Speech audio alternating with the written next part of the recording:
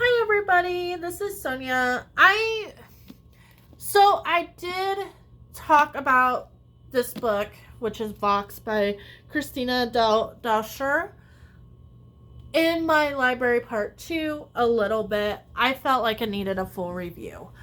Um After thinking about it for like 2 seconds, and then I jumped on the camera and was like, I need to talk about this book. Um This again is about a society where women are only allowed 100 words, and if they go over that, they're shocked. I'm guessing. um, and it's about a woman. She's a doctor, and she is given the opportunity to find a cure for the president.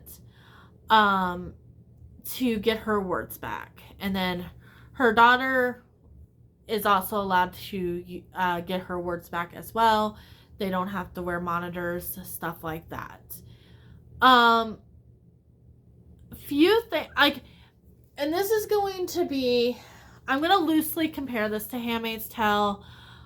There's actually a lot of things that are similar. But I'm going to talk about things I look into dystopian literature to begin with. One thing about dystopian literature, especially when it comes to women, and especially when it comes to these topics, I need to like your inner dialogue.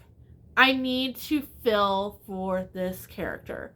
And in The Handmaid's Tale, Offred, I felt for the whole time.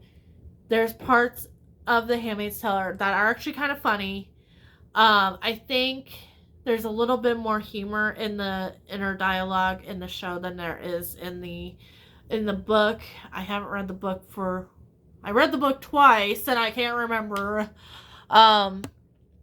It's still been a while, guys. Sorry guys, I was moving you a little bit in. But this, I never attached to this character. I never was like rooting for this character. I was rooting for her daughter, and it's not just because her name is Sonia. Her daughter's name is Sonia, by the way. Which is my name.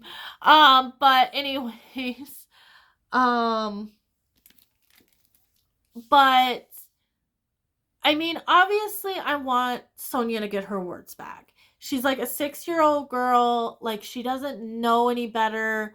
There's like this scene where she's like having a mental breakdown and you could see like her words disappearing, and we're almost getting to the point where we're going to see what happens. And that's kind of where like I felt like this was going to kill me emotionally. But when it comes to the main character, like there's like a scene where she's like fighting with her husband, and I'm just like, I don't care. Like, and so it's just, I need a feel for this character. I didn't. That was some of my problem with this book. And I think what the main thing is, and I know I talk about a lot on my channel about page length. And I have a saying, if I've never said it before on this channel, you have to earn your page length. If a story needs to be 800 pages long, you better earn every page of that 800. I have examples. George R. Martin, to me, his books are worth it if you can get through them. Like, to me, he earns his page count. So does Brandon Sanderson. As far as what I've read of Brandon Sanderson, I haven't read the Stormlight Archive, but this did not earn its page length. This could have been a novella. And I think that's what it should have been. I think we should have just stuck with the point of these women only have 100 words. What would you do in that situation? And then maybe given her the opportunity, and then jumped to, okay, like, is she going to stay? Like, is she going to leave? And then something else that I love about Handmaid's Tale that these books don't match to is the ending. The ending of The Handmaid's Tale, if you take out the epilogue, even the epilogues is fantastic. Yeah, I'm a Margaret Atwood Handmaid's Tale fangirl. But anyway, something that happens is that you don't know what happens to the character. This gives you exactly, like, this is what happens to this character at the end. And I don't need to know in Dystopian. I love when you don't know. I think as much as I gripe about 1984, and if my boyfriend ever sees this video, like, he's going to have a good laugh. But something that 1984 does extremely well is that ending. Not knowing what happens is the best ending for a dystopian. It's one of the genres that you can actually get away with it. Like, you don't have to tell us what happens to the characters. It doesn't even matter. In a dystopian, yeah, a character can just magically disappear, and we're just like, yeah, that sounds about right. Like, you've been alluding to that the whole time, so that's good. This was a happy ending. I didn't like it.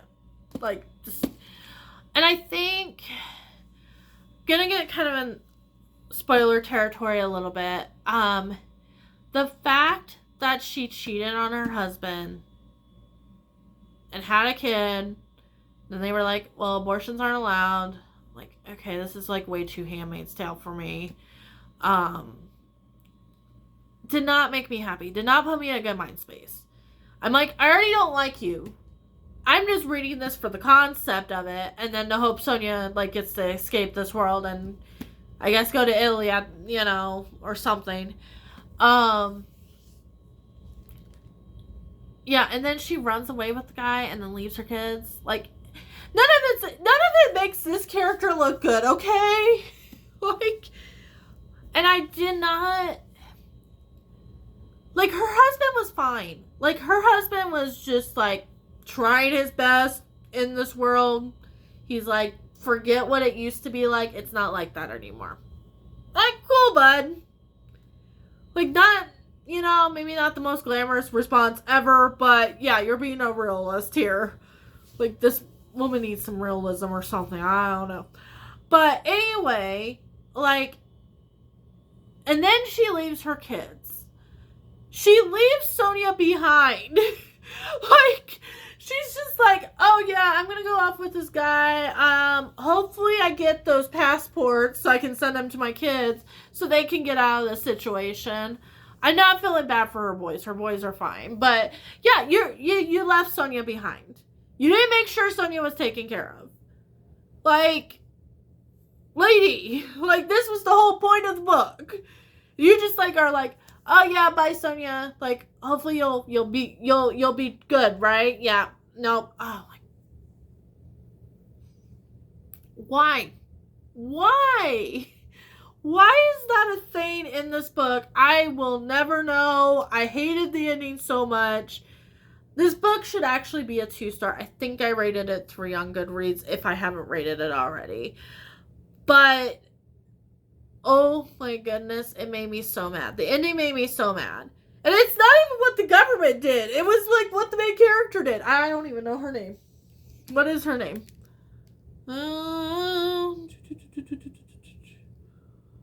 Dr. Jean McKellen. That's her name. But yeah, did not like this whatsoever. Like, I like the concept. And I think if it was in other hands that could have stuck with the one thing and kept this to like 150 pages, I think it would have been really good. You don't have to write this epic piece of fiction. Like, there's been some novellas that have surprised me that are so fantastic, that thank that God they were novellas. Like, there would have been nothing else that they could have added. And that's how I felt about this. like, I felt that I wanted more of the day to day and the inner dialogue, and to just not know what happens at the end than anything else. But yeah, that's just my feelings on it. I had a rant about it a little bit because that ending was terrible. It makes her look like a terrible like, I don't like to woman shame, but this character did not make her case. Um but I hope Sonia's doing well. But that's like seriously where I'm at. Like, um, I tried to go into this book not thinking about the Handmaid's Tale. This was another, like, I found this on YouTube. It was like a video that was like books like the Handmaid's Tale. I mean, it was. I have to give the YouTuber that. If I can find the video, I'll link it. Just, this was like the only one that sounded interesting. The rest did not do it for me. But yeah, I just did not leave a good taste in my mouth. Now, would I read something else from this author? Maybe. Depending on what the concept is. Her concepts seem like they're really good. It's just her execution doesn't seem great. Like, I wish, like, she would have came up with this idea and then another author kind of went with it. I don't know what author. Obviously, like, I would love Margaret Atwood to, like, tear this apart and everything when it comes to this concept, because I think she would have done, like, probably a really good job. But there's other authors that I think would have done this a little bit more justice. Like, I didn't need the family drama in this. Like, and I thought the poisoning of the boy's mind was really interesting. And they go into that a lot. And then she's like, I don't hate my son. I don't hate my son. I'm like, he's growing up and he's learning and everything. And I just, like, I get it. Like, you don't like how your son's turning out, but, like, it made sense. And I thought that was really well done. And then, but I didn't like the cheating plot line. I don't mind cheating in books. Like, you can have that as a concept. Like, I didn't mind that.